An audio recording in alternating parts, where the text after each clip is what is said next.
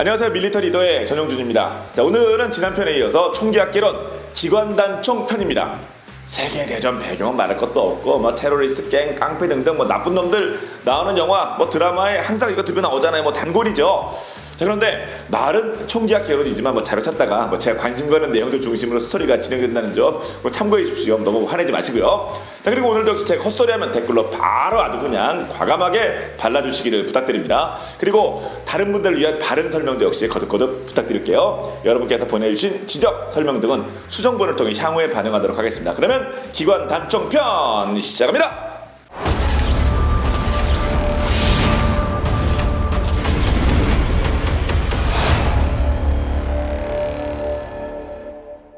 기관단총의 정의는 나무위키 기준 권총탄을 완전 자동 사격이 가능하도록 만든 총기, 양손으로 잡고 사격해야 하는 크기의 총기, 이렇게 나와 있습니다.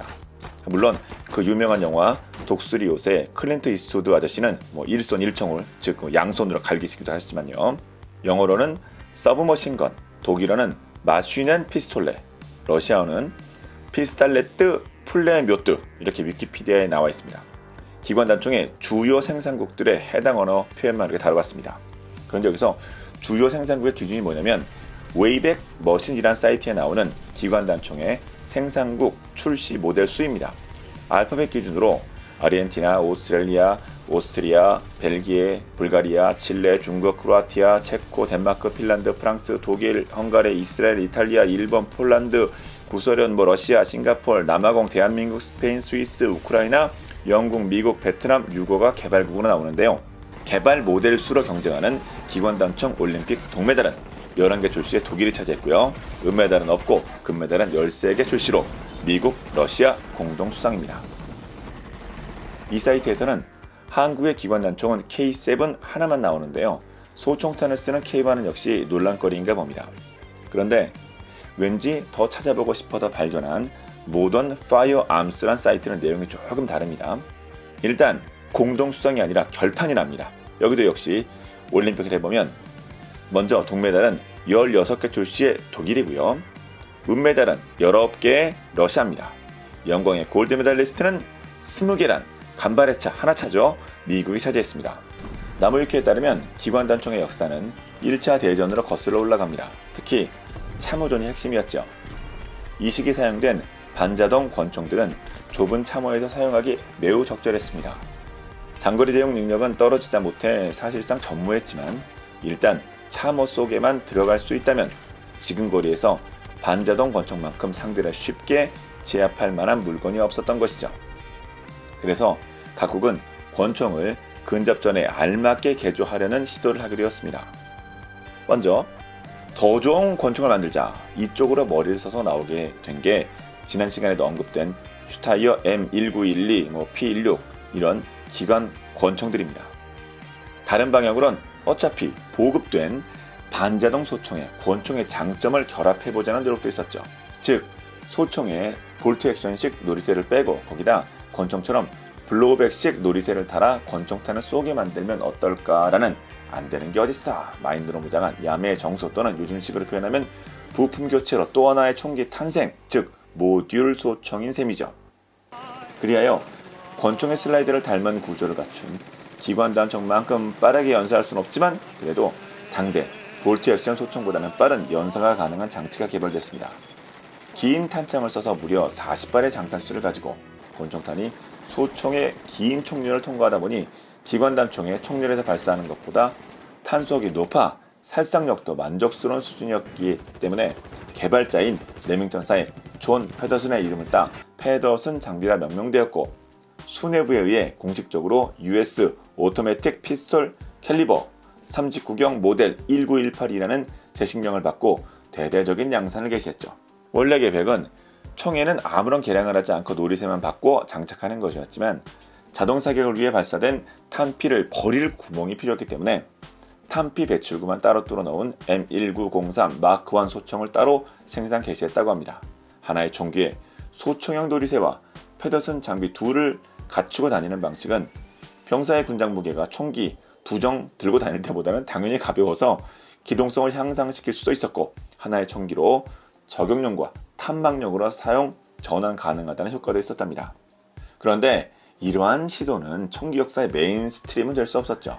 결국 권총탄을 완전 자동 사격이 가능하도록 만든 총기인 새로운 메커니즘의 기관 단총이 탄생하였고, 그 대표작으로 휴고 슈마이저의 MP-18이 될 것 같습니다.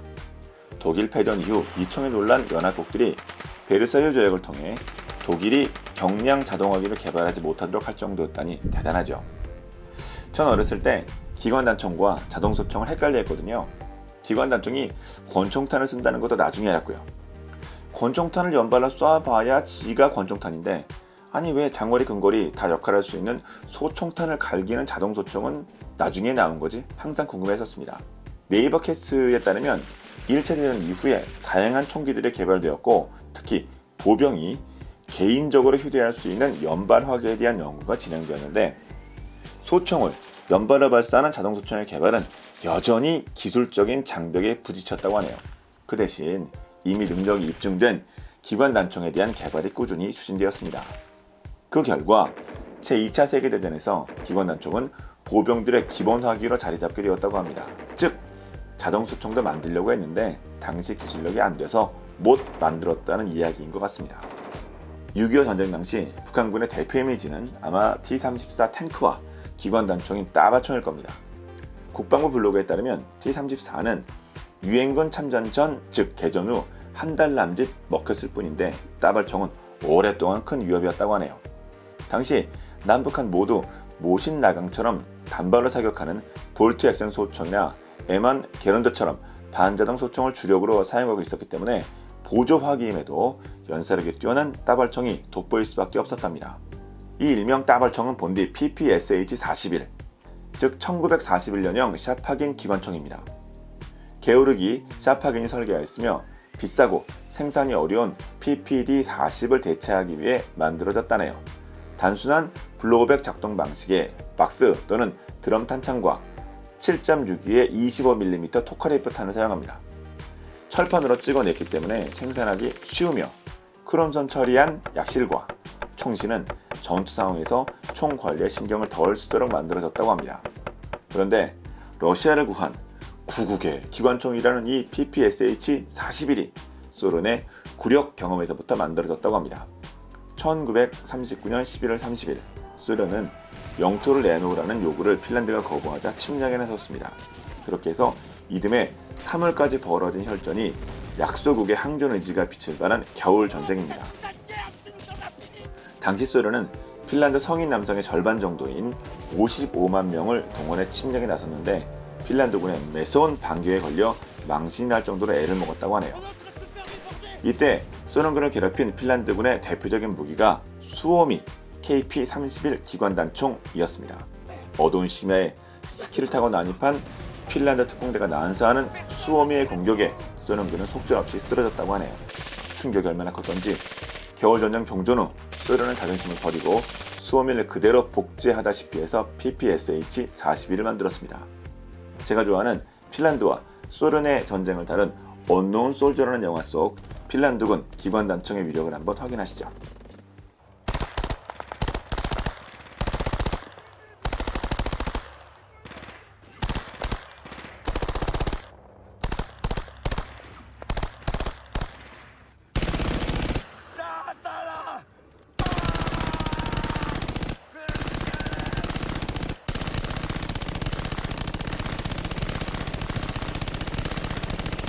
이 2차 대전 이후 다양한 기관단총들이 등장했습니다. 가장 대표적인 기관단총으로는 MP5, 우지, 맥10 등이 있죠. 1950년에 등장한 우지는 1954년부터 이스라엘군 특수부대의 무장으로 채용되었으며 이후에는 전군의 무장으로 확대됐습니다. 특히 1956년 수에즈 전쟁에서 커다란 활약을 한 우지 기관단총은 이후 세계 수많은 군, 경찰로부터 사랑받는 기관단총이 되었습니다. 하지만 계속되는 현대적 화기의 물결 앞에서 우지는 더 이상 현역을 지키지 못하고 있다고 하네요. 한편 기관단총으로 현대선을 장식한 또 다른 총은 바로 맥10 기관단총입니다.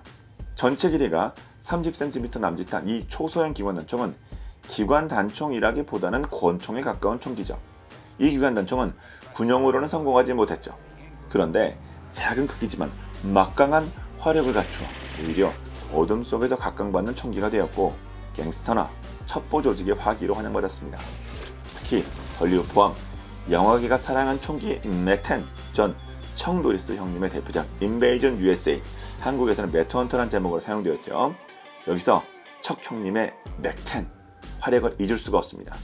이 영화 사진 좀 찾으려다가 우연히 발견한 사이트가 있는데요. 인터넷 무비 파이어암스 데이터베이스 imfdb.org라는 사이트인데요. 무기가 나온 영화, 드라마 등의 장면을 분석해 놓은 사이트입니다. 이걸 어찌했는지 참 대단하긴 하는데 여기에 맥10 필모그래피가 나옵니다. 아재 인증입니다만 추억 돋습니다. 잠시 보시죠. 먼저 코스염의 우리 실버스타 셀런 형님의 81년작 나이트워크스. 영화상 맥10의 총구는 전방이 아니라 총구는 항상 시민 방향입니다. 아주 나쁜 놈들 전형이죠. 다음으로 알파치노 형님의 그 유명한 스카페이스. 근데 이 M203 유탄 발사가 페이크였구나. 아무튼 M16A1으로 상대를 다 쓸어버리던 우리 R형님. 하지만 영화 앞부분엔 결박된 채로 소음기단 맥10과 전기톱 앞에도 협박을 당합니다.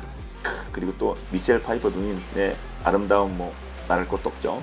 이어서 인베이전 USA. 이건 당연히 들어가야죠. 바로 이 사진. 쌍총의 나의 빅브라더 척 노리스. 근데 이게 맥10이 아니라 마이크로 우즈였군요. I'm sorry. 물론 맥10이 나오긴 합니다. 초라합니다만. 또 엄청 많은 다른 영화들이 있습니다만 마지막으로 영본색 2, A Better Tomorrow 2. 요즘 좋은 일 많이 하신다는 윤발 형님도 처음엔 출연인 줄 알았는데 알고 보니 이름이 정룡이 맞다는 우리 정룡 형님도, 그리고 뭐하는 분인지 잘 모르겠는 석천 형님도 다들 맥10을 공연하기로 했습니다. 이 사이트 우리 PD한테 알려주면 좋아할 것 같습니다. 영화 배우 찾는 거 좋아하거든요.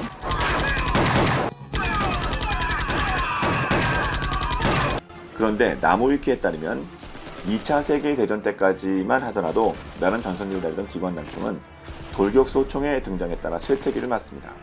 물론 대테러전 총기로서 새로운 역할을 부여받기도 합니다만 방탄장구의 발달로 다시 어려움을 겪게 되었다고 합니다. 사실 그럴만한 것이 9의 19mm 파라블럼 탄을 사용하는 기관단총은 20세기를 풍미했지만 21세기 들어서는 단축형 돌격소총의 위력과 사거리 모두 열세인 점 때문에 대부분의 군대 치안 조직에서 퇴역시키는 추세라고 하네요. 그래서 또다시 돌파구를 찾고 있는데 그중 하나가 바로 2018년 5월 시작한 미합 중국 육군의 소형 보조화기 서브 컴팩트 웨폰 도입 사업 SCW. 일반적인 기관단총이 아닌 상급 지휘관들을 경호할 헌병 경호 특무대 전용 근접 무기를 도입하는 사업입니다. 여단급 이상 지휘관들을 차량이나 건물 내에서 근접 경호하는데 작고 숨기기가 좋으며 정비단총이 필요해서 이렇게 이야기가 진행됐다고 하네요.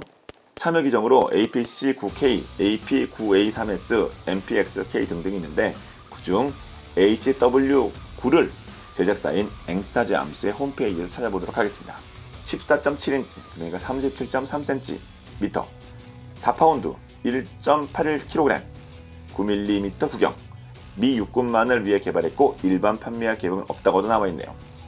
또 이 홈페이지 보면 쇼핑 메뉴에 UDP-9란 시리즈의 모델별 소개와 함께 가격이 나와있습니다. 1,499달러부터 1,849달러까지. 한때 무슨 휴대폰 가격이랑 비슷한 것 같은 느낌도 드는데요. 아무튼 가격이 참...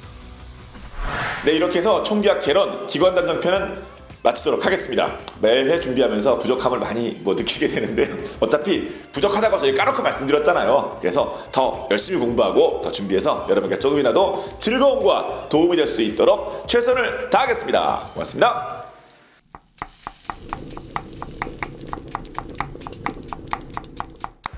자, PD, 오늘은 내가 너에게 퀴즈를 내겠다. 이게 오늘의 주 재료야. 이게 레시피인데 이걸 보고 오늘 우리가 뭘 해 먹을지를 네가 한번 예상을 해봐라. 쌀, 요건 들기름, 소금, 요거는 이제 비법이야.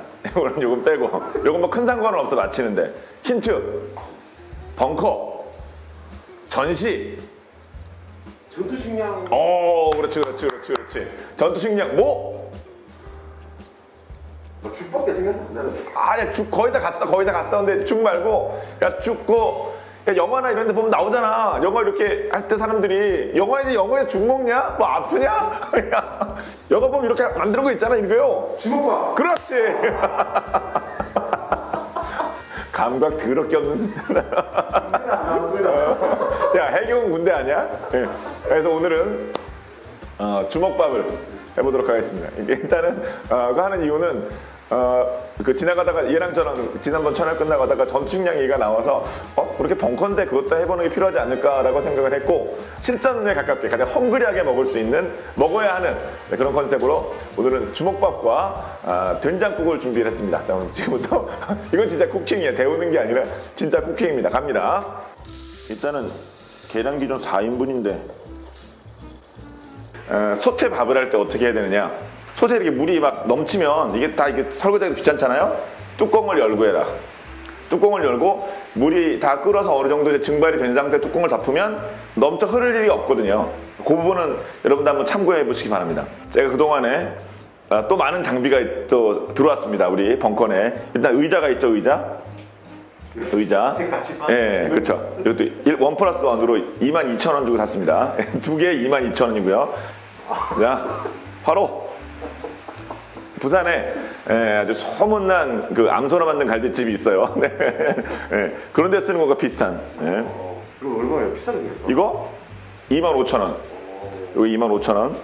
프라이팬 겸 이게 지금 기름을 잔뜩 먹여놔서 이렇게 생겼는데 소위 번철. 대장간에서 만든 겁니다. 이게 그 센 물 녹여갖고. 네. 다음으로 기름 많이 떨어지는 걸 하기 위해서 이것도 역시 부산 국제시장에서 샀습니다. 이거는 5만 원. 돼지갈비나 아니면 뭐 이렇게 뭐 삼겹살이나 뭐 그런 거 할 때 이제 뭐 다 되지 뭐 이게 뭐 안 될 게 뭐 있어. 그것도 찜 아니겠습니까? 요것도 새로 샀습니다. 요거는 배송비 포함 9,900원. 사이즈 엄청 큽니다. 예. 그렇죠? 끓을 때 이걸 닫고 이중. 이거 불을 줄입니다. 된장찌개를 끓이는 거 이제 야채 없어. 군대에서 보면 야채가 있습니까? 전시에 된장 옆에 보이는 건 무슨 뭐 그 버섯가루 그 해산물 가루 이런 거만 넣어서 이게 무엇일까요?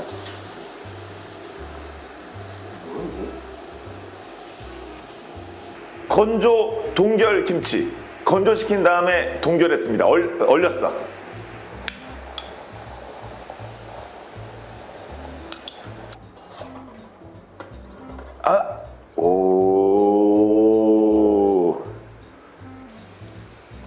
동결 김치 투하.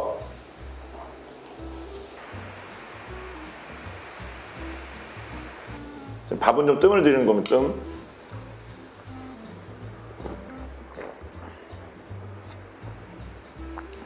맛이 조금 더 복합적인 맛이 됐습니다.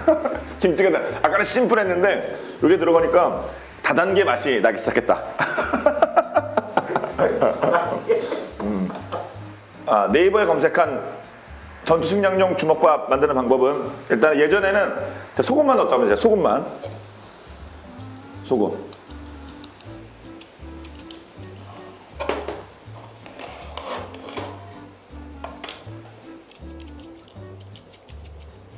이게 맛이 날까?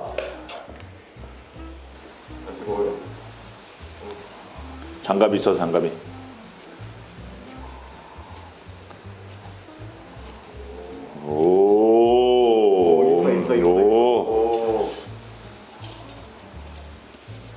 근데 간도 안 보고 그냥 해도 되는 거죠, 우리?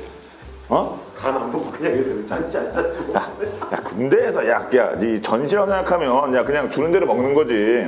야 일단 너랑 나랑 기본빵 하나씩, 기본밥을 하나씩 뜯어 먹으면 안 돼, 그냥.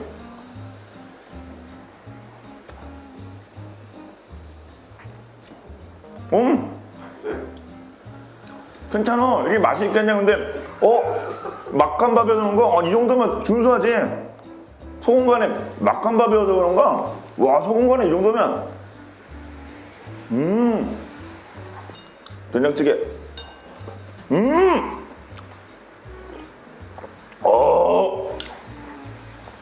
이제 김치가 보이십니까?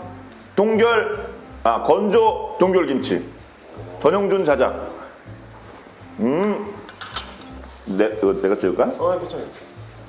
맛있다. 그치?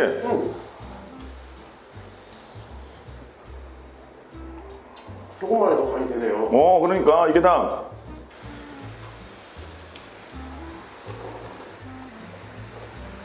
이게 또 오래 끓이니까 또 맛이 더 들었지? 이걸로 봐도 돼요, 진짜. 이런 표현 하시면 좀 불편하신 분들 많으실지 모르겠습니다만 간부형 들어간대. 자, 여기 들기름 좋아하시잖아요. 들기름. 내 들기름 참기름 엄청 좋아하지. 이걸 이제 엿다가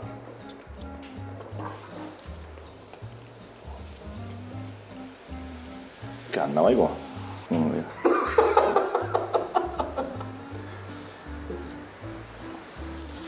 비법 재료인데 고증이 된 겁니다. 뭐냐? 북어 가루, 북어 분. 이걸 어떻게 먹느냐? 자, 제가 하려고 한 거는 자, 요거는 이제 업그레이드 아니에요? 업그레이드. 롤링 주먹밥. 이야. 오. 북어분 주먹밥 먹어보겠습니다.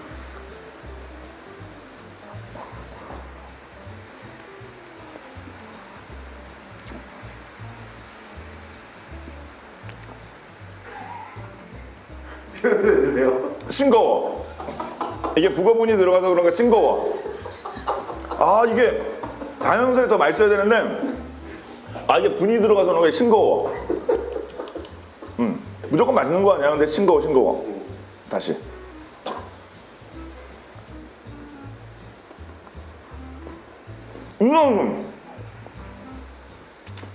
음식이 재료가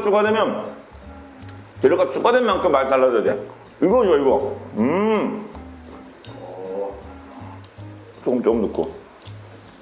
자, 그럼 약간 짜게 먹을 수도 있는데, 이래. 이게 또 좋은 장점이 항상 새 것인 것처럼 먹을 수 있습니다. 먹다 남은 것이 아니라 새 것인 것처럼 먹을 수 있다. 조물락조물락. 이런 장점이 있습니다.